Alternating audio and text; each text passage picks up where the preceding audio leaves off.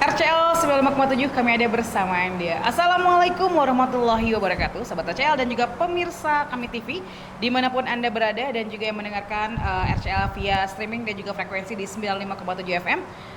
Seperti biasa kami Norin hadir beserta para bapak-bapak yang ada di sini di special talk show ya. Seperti biasa sosialisasi barang kena cukai hasil tembakau ilegal kepada masyarakat di tahun 2025 ini bersama narasumber kita di kesempatan siang kali ini seperti biasa ada dari pengawas bea dan cukai Bogor, ada juga dari Pol PP Kabupaten Sukabumi. Dan seperti diketahui bahwa kita selalu melakukan sosialisasi ya yang dilakukan oleh Bea Cukai Bogor lalu bersinergitas dengan Pol PP Kabupaten Sukabumi. Dan kali ini juga kita akan membahas, akan mengingatkan berkali-kali terus menerus ya kepada masyarakat, terutama masyarakat yang ada di wilayah Kabupaten Sukabumi, seperti apa itu cukai, seperti apa itu bea dan cukai, agar masyarakat juga bisa lebih memahami. Mungkin juga belum semuanya mengetahui bagaimana sih peranan bea dan cukai Bogor dan juga Pol PP dalam memberantas rokok ilegal yang ada di Kabupaten Sukabumi ini. Oke, langsung aja kita kenalan dulu nih karena ini wajah baru nih kayaknya. Ada Ibu cantik di sini, ada Ibu Dayinta. Halo dari Bea Cukai Bogor selaku pengawas bea dan cukai. Ada juga ada Pak Riki yang udah nggak asing lagi ya. Dan yang paling ganteng di sebelah kanan, di sebelah kanan ada Bapak Kabid dari Pol PP, Kabid Gaperda. Ada Bapak Muhammad Asep Saifuddin. Assalamualaikum Bapak. Sehat ya Pak ya? Oke, Sobat ACL, kita langsung aja bincang-bincang dengan para narasumber yang ada di kesempatan siang kali ini. Dan kita juga akan ngebahas dulu ya secara ulang gitu ya. Mungkin dari Pak Riki ataupun Ibu Dai. Karena panggilannya Dai katanya. Panggilannya bukan Hari tapi Dai. Oke. Apa sih sebenarnya yang disebut dengan bea dan cukai dulu nih ya, sebelum kita ngebahas tentang cukai yang ada di rokok itu sendiri. Nah, bea dan cukai itu seperti apa sih? Baik, Mersa, kalau baru dengar istilah bea dan cukai mungkin agak asing kali ya. Oke, betul. Cuman kita sering ketemu bea cukai itu di bandara biasanya atau di pelabuhan gitu. Untuk bea cukai sendiri itu adalah instansi di bawah Kementerian Keuangan. Oke. Khususnya Direktorat Jenderal Bea dan Cukai namanya gitu. Kemudian fungsinya apa sih? Ada 4 tugasan fungsinya ya. Disingkat RCTI. RCTI. Bukan televisi bukan ya. Oke. R-nya itu Revenue Collector, itu menerima pendapatan negara. Dan C-nya itu Commodity Protector. Dia berfungsi sebagai pelindung masyarakat dari barang-barang yang ilegal. Oke. Kemudian ada Trade Facilitator, itu memfasilitasi perdagangan. Jadi industri dalam negeri itu bisa ikut ekspor gitu ke luar negeri gitu. Yang terakhir adalah Industrial Assistant, mengasistensi industri-industri di dalam negeri gitu. Oke, berarti memang semuanya berproses dari bea dan cukai itu sendiri. Betul, ya. Iya. Oke, semua proses pokoknya ya, mulai seperti tadi kan ini contohnya rokok gitu ya, dan juga barang-barang yang kena bea dan cukai pastinya ya. Nah, kalau cukai kan tadi kan bea dan cukai ya. Nah, kalau misalnya karakteristik dari barang-barang yang kena cukai itu seperti apa sih, dan juga apa sih sebenarnya manfaat cukai itu bagi masyarakat terutama ya? Iya. Untuk Boleh. Jangan rebutan, santai. Oke, mungkin dari Banda ini. Oke. Jadi untuk cukai sendiri ini sebenarnya dikenakan terhadap barang-barang dengan karakteristik tertentu. Nah, karakteristiknya tuh apa? Karakteristiknya satu, konsumsinya perlu dibatasi, kemudian peredarannya perlu diawasi, kemudian dia juga menimbulkan dampak negatif ke lingkungan. Kemudian perlunya pembebanan untuk keadilan. Nah, salah satu barang kena cukai ini ya yang ada di depan ini Kak. Ini ya, oke ya, ada jadi hasil produk-produk ya, tembakau, tembakau juga ada rokok gitu, ada juga yang rokok elektrik juga ada gitu ya. Berarti memang segala sesuatu hal yang memang ada yang pembiayaannya gitu ya. Oke. Nah, kalau dari dari semua ini kan contoh-contohnya seperti itu kan tembakau atau juga ini kan rokok gitu ya. Nah, selain dari rokok ataupun tembakau, apa saja sih yang dilaksanakan oleh dari bea dan cukai dalam mengawasi percukaian yang ada terutama di wilayah Sukabumi Bogor ya berarti ya? Iya. Menambahkan sedikit, kalau tadi disebut sama Mbak Dayinta itu kan ciri-ciri dari cukai ya. Tapi kita di Indonesia ini baru ada 3 barang yang dikenakan cukai. Yang pertama itu tadi hasil tembakau, yang kedua itu etil alkohol, yang ketiga minuman mengandung etil alkohol atau biasa kita sebut miras gitu. Kenapa perlu dikendalikan? Karena sifatnya ini dapat pemakaian ini dapat bersifat negatif gitu. Jadi atas barang-barang tersebut dikenakan cukai yang nantinya sebagai contoh hasil tembakau ini cukainya akan dikembalikan juga ke masyarakat lagi gitu. Jadi efeknya ya hasil dari cukai Hasilnya tersebut juga ya lebih nyata gitu ya, pasti gitu. balik lagi. Benar. Lebih contohnya mungkin kalau masyarakat awam lebih ke pajak mungkin ya, seperti pajak ya, Iya. balik konsepnya seperti Konsepnya pajak ya. seperti pajak, Jadi gitu. uang dari cukai pun memang pendanaan yang cukai yang dibayar oleh masyarakat itu balik lagi kegunaannya untuk Iya, masyarakat. betul. Mungkin masyarakat pengen tahu salah satu contohnya deh apa tuh gitu, maksudnya hasil dari cukai tersebut. Nah, kalau di kita itu ada namanya dana bagi hasil cukai hasil tembakau. Itu proporsinya itu 50% itu untuk kesejahteraan masyarakat. 40%-nya untuk kesehatan, contohnya itu misalnya untuk BPJS atau dibuat rumah sakit khusus paru gitu. Yang 10%-nya itu untuk penegakan hukum, contohnya itu seperti ini, talk show, Sosialisasi. Berarti memang ya ini bukti konkret juga ya dari Iya. beda cukai. Jadi pemerintah itu memberikan pembebanan cukai itu bukan untuk apa-apa, tapi juga untuk kembali ke masyarakat. Iya. Seperti tadi kan ada rumah sakit yang paru-paru juga, untuk BPJS juga Iya. gitu. Jadi memang ini sangat membantu sekali pada masyarakat. Dan kalau untuk barang-barang yang kena cukai ini, kan ini ada karakteristik ya. Nah, kalau di sini kan ada rokok-rokok ilegal dan juga rokok-rokok yang legal. Nah, kalau boleh dicontohkan, sebenarnya yang lebih spesifik lagi barang-barang rokok ilegal dan yang legal dan tidak ilegal itu contoh spesifiknya seperti apa nih karakteristik? Boleh ya? Boleh. Ciri-cirinya nih, Jadi ciri-cirinya kalau apa aja di nih? sini nih kita lihat ini yang legal. Dia yang jelas ada pita cukainya. Bisa dilihat mengelilingi ini, dan kalau dibuka pasti sobek, tidak bisa diguna ulang. Kemudian di sini ada jenisnya yang jelas, jenis dan tahun, kemudian ada hologram, ada info-info terkait rokok ini, terkait produknya. Kemudian kalau misal kita bisa lihat yang ilegal, di sini polos, nggak ada pita cukainya sama sekali. Kemudian isinya apa juga tidak meyakinkan ya, makin bahaya. Kemudian ada juga ini pita cukainya ada, tapi kalau dilihat ini merupakan pita cukai yang palsu. Apa yang buat palsu? Kenapa palsu tuh? Karena ini kan hampir sama seperti yang asli ya. Hampir sama. Nah, untuk tahunya juga perlu kedetilan dikit ya, Bu. Jadi untuk mungkin agak-agak kelihatan ya, cuman di sini. Nanti kita liatin, tenang aja, nanti kita liatin. Di sini hologramnya hanya sekedar kilau-kilau aja gitu, nggak ada sekuritasnya. Kemudian untuk kertasnya juga pudar ya, Bu, ini cetakannya nggak tegas gitu, kayak terlihat palsu aja. Berarti memang dari secara kasat mata nih kan kalau yang kayak gini kebanyakan jual-jual tuh di warung gitu ya.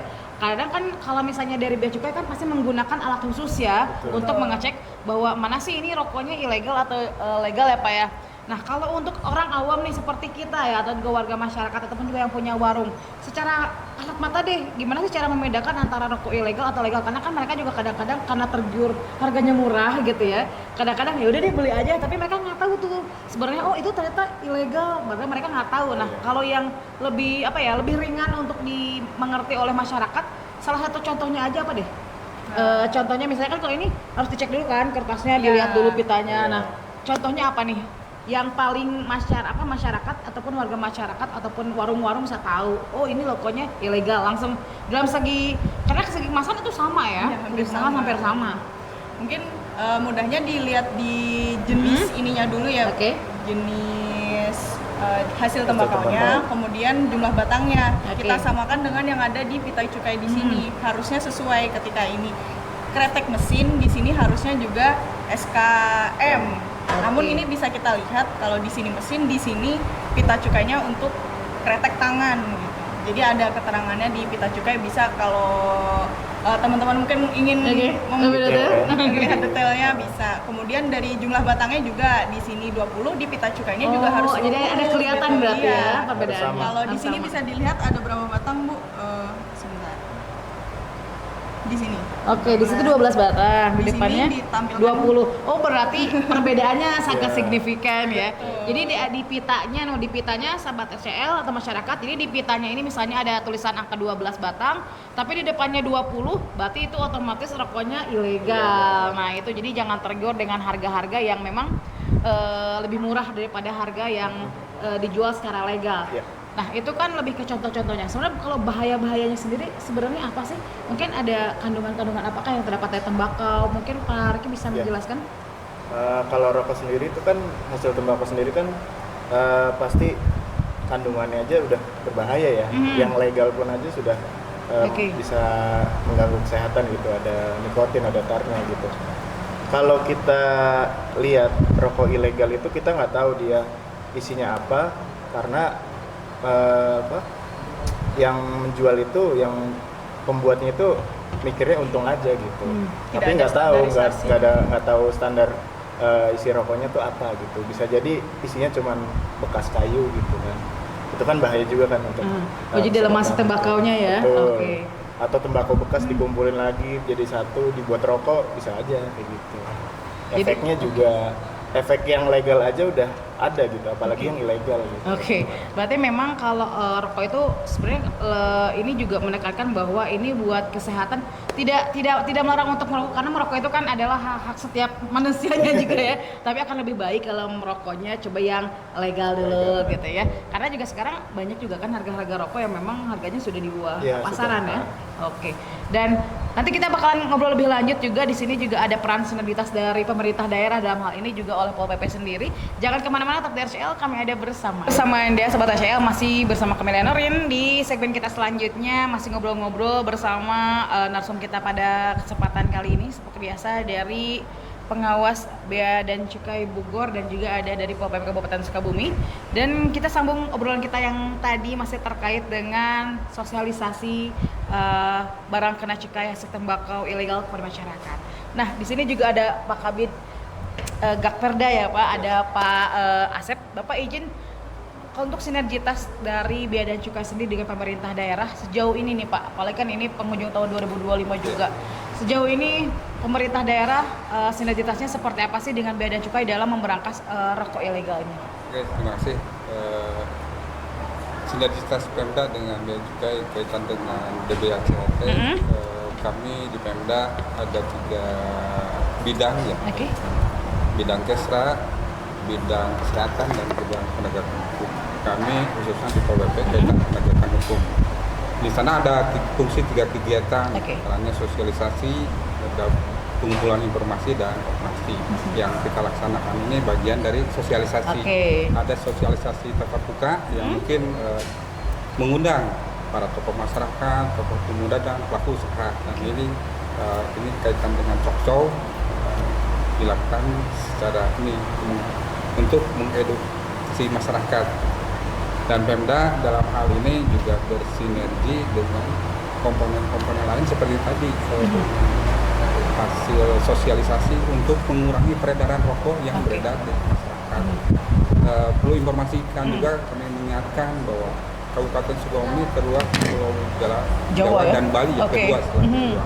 Artinya kami juga melakukan sosialisasi orang berputar dari utara ke selatan, terus juga kami baru Bali Selatan terus ke sananya. Artinya tadi untuk mengurangi peredaran rokok yang ilegal, karena potensi Kabupaten Sukabumi lumayan Besar ya, lumayan besar ya. apalagi di tingkat pelajar dan anak-anak sekarang sudah mencoba. Artinya kalau ada peredaran rokok yang ilegal, non ilegal, artinya karena sangat murah terjangkau, artinya dalam rangka tadi cukai itu membatasi selain kesehatan juga membatasi peredaran, jangan sampailah imbasnya pada siswa yang masih di bawah usia dan sebagainya seperti itu. Jadi kami mau melakukan sosialisasi dengan gencar dalam artinya untuk mengurangi meminimalisir peredaran rokok yang tadi satu tidak ada pemasukan buat negara, merugikan.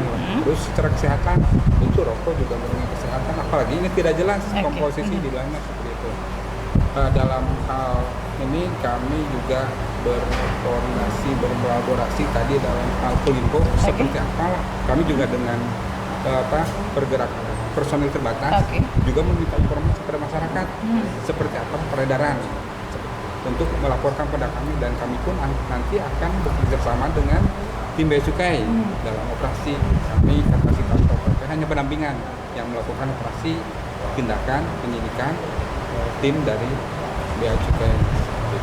Oke, berarti memang sosialisasi ini dilakukan juga oleh Pol PP bersama Bea dan Cukai dalam rangka penegakan dan juga ini pengurangan agar peredaran rokok, ya terutama rokok ilegal ya di masyarakat, terutama kan tadi menyisir ke anak-anak di bawah umur juga ya Pak ya di Kabupaten Sukabumi. Nah, kalau untuk Kabupaten Sukabumi sendiri Pak, setelah dilakukan penegakan penegakan rokok ilegal ini Pak di wilayah Kabupaten Sukabumi, kurang lebih ada berapa sih Pak jumlah rokok yang memang beredar di wilayah Kabupaten Sukabumi sejauh ini Pak? Oke. Di tahun ini 2025 kami melakukan beberapa operasi, artinya kami mengundang setelah Kominfo ada titik-titik rawan yang perlu ditindaklanjuti. Kami mengundang pihak Bea Cukai melakukan operasi. Setelah target tadi katakan A1, kami lakukan di wilayah selatan kebetulan ya.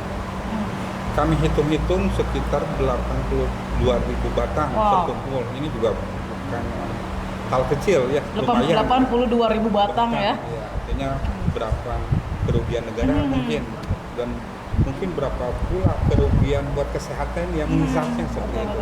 Ini juga jadikan perhatian buat semua, karena ini tadi yang disampaikan merokok adalah mungkin hak, tapi siapa pula yang bisa mencegah karena sulit gitu. Betul. Kami mungkin dengan sosialisasi ini juga untuk sedang mengingatkan kan kesadaran itu supaya muncul karena pengetahuan pemahaman mereka sendiri. Ya betul, lebih ke mengedukasi ya bahwa Bea dan Cukai dan Pol PP juga tidak melarang kalian juga merokok. Itu tidak juga ya, karena kan balik lagi itu adalah hak, tapi juga setidaknya kita memikirkan kesehatan pribadi juga atau di sekeliling kita, apalagi kan ini kan rokoknya ilegal ya. Jadi beberapa aspek seperti tadi kan udah kerugian negara, lalu juga ada kerugian kesehatan. Kenapa kesehatan? Karena ini bahan-bahan yang atau komposisi yang digunakan juga belum jelas yang digunakan itu seperti apa. Oke, berarti memang itu kolaborasi yang sangat baik sekali ya, karena Pol PP juga ini menjadi garda terdepan untuk di pemerintah daerah ya dalam memberantas rokok ilegal.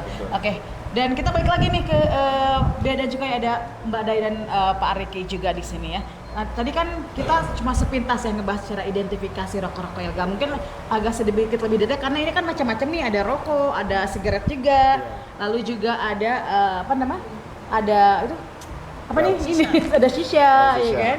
Nah, kalau untuk agak sedikit lebih detail cara identifikasi rokok ilegal tuh apa aja sih? Seperti apa aja sih?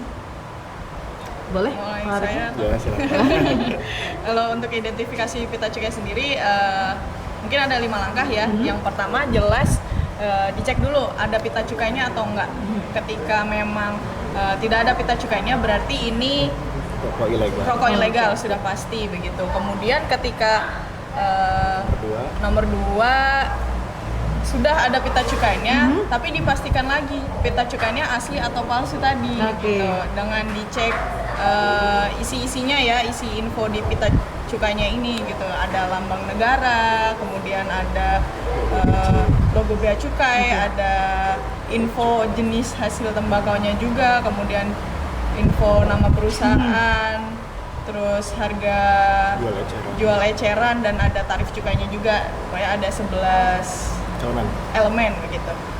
Ketika memang sudah pasti itu pita cukai asli gitu misalnya, dipastikan lagi yang ketiga itu bekas atau baru pitanya gitu. Ya. Iya. Karena di beberapa case ada pita yang asli dipletek ya, dilepas dengan hati-hati kemudian ditempel ulang gitu. Nanti biasanya sih bentuknya nggak rapi ya, dan agak mungkin ada lecet atau sobek-sobek sedikit seperti itu berarti ilegal juga. Kemudian yang keempat, dipastikan peruntukannya sesuai.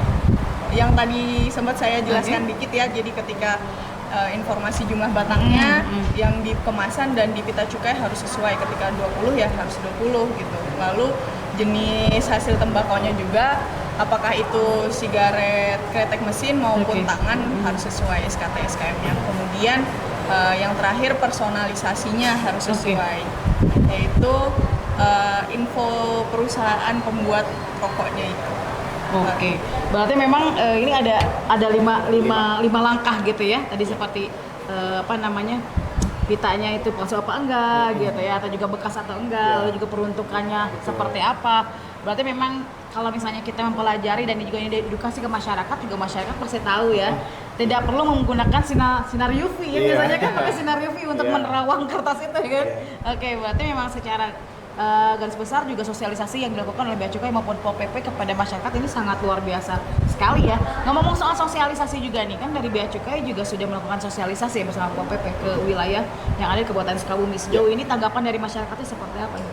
Ya, dari bulan apa ya, kemarin tuh bulan Mei, Agustus mungkin ya, itu sudah mulai sosialisasi di Kabupaten Sukabumi, sampai dengan Oktober ini sudah 5 kali sampai yang terakhir gitu.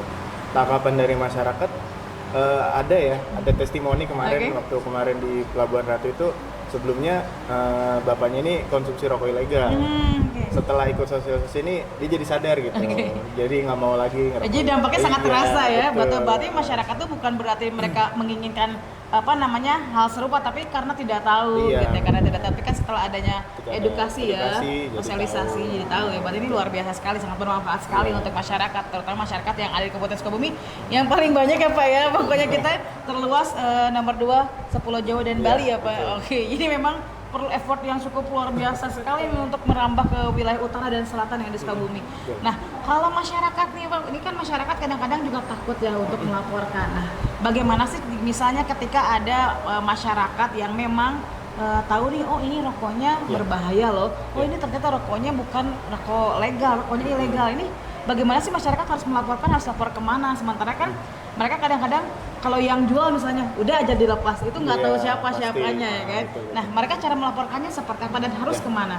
Oke, untuk pelaporan rokok ilegal gitu, kalau masyarakat mau main ke kantor Bea Cukai boleh gitu, di Jalan Raya Pajajaran nomor 18 di Kota Bogor. Atau kalau jauh dari Sukabumi bisa lewat WhatsApp kita ke 0813 8822 3382 atau ke Instagram @beacukai_bogor. Untuk kerahasiaan pelapor kita pasti jamin aman. Oke, berarti untuk masyarakat yang tahu nih ya, kalau memang sayang sama dirinya, sayang sama lingkungannya, sayang sama negaranya, ini boleh dilaporkan juga untuk dikasih ini ya, apa namanya, pelajaran juga, bukan pelajaran, maksudnya dikasih edukasi juga ya, dikasih edukasi pengarahan. Oke, jadi atau bisa juga lapor ke Satpol PP. Satpol PP bisa ya, boleh? Boleh. Oke, tapi jangan iseng ya lapornya ya. Oke, jadi untuk masyarakat juga jangan takut juga yang memang mungkin tahu gitu ya, oh ada peredaran rokok seperti ini, rokok ilegal gitu ya ada di masyarakat. Tapi sebentar Boleh? menyambung lagi, yang disampaikan ke kami itu jadikan bahan seperti tadi ada kegiatan Pulimbo. Ini bahan informasi. Nanti kami deteksi dan kami juga nanti bergandeng bersama-sama dengan Bea Cukai untuk melakukan. Dan sebagai informasi juga hasil dari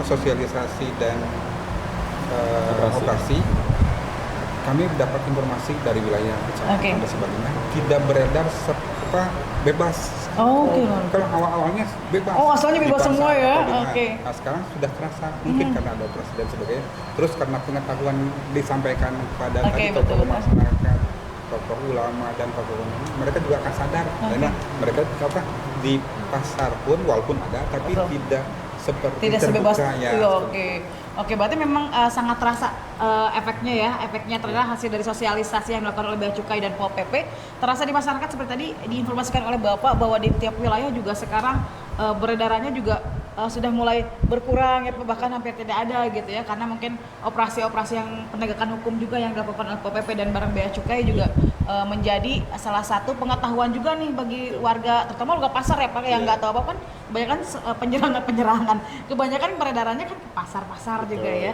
dan terbukti setelah adanya sosialisasi ini alhamdulillah memberikan dampak yang positif ya bagi masyarakat ya Pak, dan mudah-mudahan juga hal serupa juga bisa terus berlanjut, jangan cuma udah disosialisasi, udah tahu, tapi misalnya besok-besoknya ada lagi, jangan sampai kayak gitu Pak ya, benar nggak? Oke, jadi dibutuhkan juga kesadaran masyarakatnya juga, lalu juga para penjual-penjual juga, lalu juga para pembeli juga gitu ya. Kadang-kadang kan kalau misalnya udah ketahuan pasti ditarik barang-barangnya, yang rugi juga kan mungkin para pedagang juga ya Pak ya.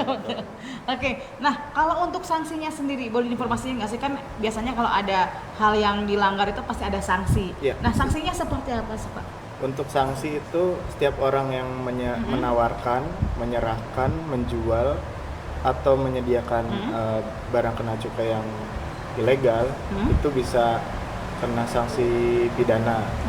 Pidananya itu paling singkat 1 tahun, paling lama itu 5 tahun penjara, atau didenda paling sedikit 2 kali nilai cukai, paling banyaknya 10 kali nilai cukai. Dan nilai cukai ini dihitungnya per batang Per ya. batang. Jadi mereka sudah ditarik barangnya harus membayar juga ya. Udah bayar lalu juga dipidana juga. Iya, Oke. bisa dipidana Oke, juga. jadi kerugiannya ini sangatlah luar biasa Luar biasa. gitu, makanya dihindari sedini mungkin ya. Betul. Kalaupun memang sekarang di antara yang melihat ataupun yang mendengar terlanjur misalnya nih ada yang beberapa mungkin ternyata ini barang yang saya beli itu ternyata barangnya ilegal, mungkin di stop untuk saat ini ya, di stop dulu gitu ya, ataupun juga ada masyarakat yang tahu boleh melapor, boleh sosialisasi konsultasi dulu juga boleh ya, via WhatsApp juga tadi boleh kan, boleh. atau mau datang main-main ke Bogor sambil ke Kebun Raya Bogor juga boleh ya, ke Bea Cukai, ataupun juga langsung ke Pol PP main ke Pelabuhan Ratu sambil ke pantai ya Pak, bener nggak? Oke. Oke, satu pertanyaan terakhir buat Pak Riki, Mbak Dai juga Bapak ya, ada pesan dan juga harapan tersendiri dari Bea Cukai ataupun dari Pol PP dalam kegiatan sosialisasi barang kena cukai hasil tembakau ilegal kepada masyarakat di tahun 2025 ini seperti apa? Oke, harapannya untuk masyarakat agar kita sama-sama memerangi ya gitu ya, stop rokok ilegal gitu. Stop menyebarkan rokok ilegal, stop menjual, stop konsumsi juga gitu. Semua ini demi masyarakat juga gitu, demi kesehatan masyarakat, demi pendapatan negara juga gitu, yang akan balik lagi ke rakyat juga gitu. Gitu aja. Oke, ada dari Mbak Dai sendiri? Mungkin memperkuat poinnya Pak Riki ya. Jadi ketika ada demand akan ada supply gitu. Jadi mungkin dari masyarakat boleh di stop tadi. Nanti insya Allah peredaran rokok ilegal akan hilang Dengan sendirinya. dengan sendirinya.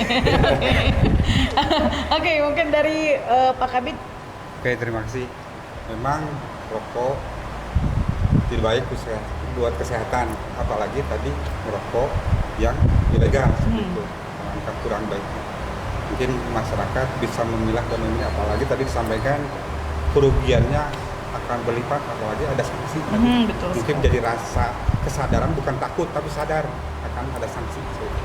Oke, sekali lagi terima kasih untuk narasumber kita pada kesempatan siang kali. Terima kasih untuk Pak Riki dan juga Mbak Dainta dari Pengawas Bea dan Cukai Bogor. Ada juga Pak Kabid Gapperda dari Pol PP, Bapak Muhammad Asep Saifuddin. Terima kasih atas waktunya. Mudah-mudahan sosialisasi yang dilaksanakan dan sinergitas yang dilakukan antara Bea Cukai Bogor dan juga Pol PP selaku dari pemerintah daerah Kabupaten Sukabumi ini bisa memberikan manfaat yang signifikan bagi masyarakat, terutama dalam peredaran rokok ilegal di Kabupaten Sukabumi. Sahabat ACL, kami Leonarin undur pamit di talk show kita pada kesempatan kali ini. Kita pamit. Assalamualaikum warahmatullahi wabarakatuh.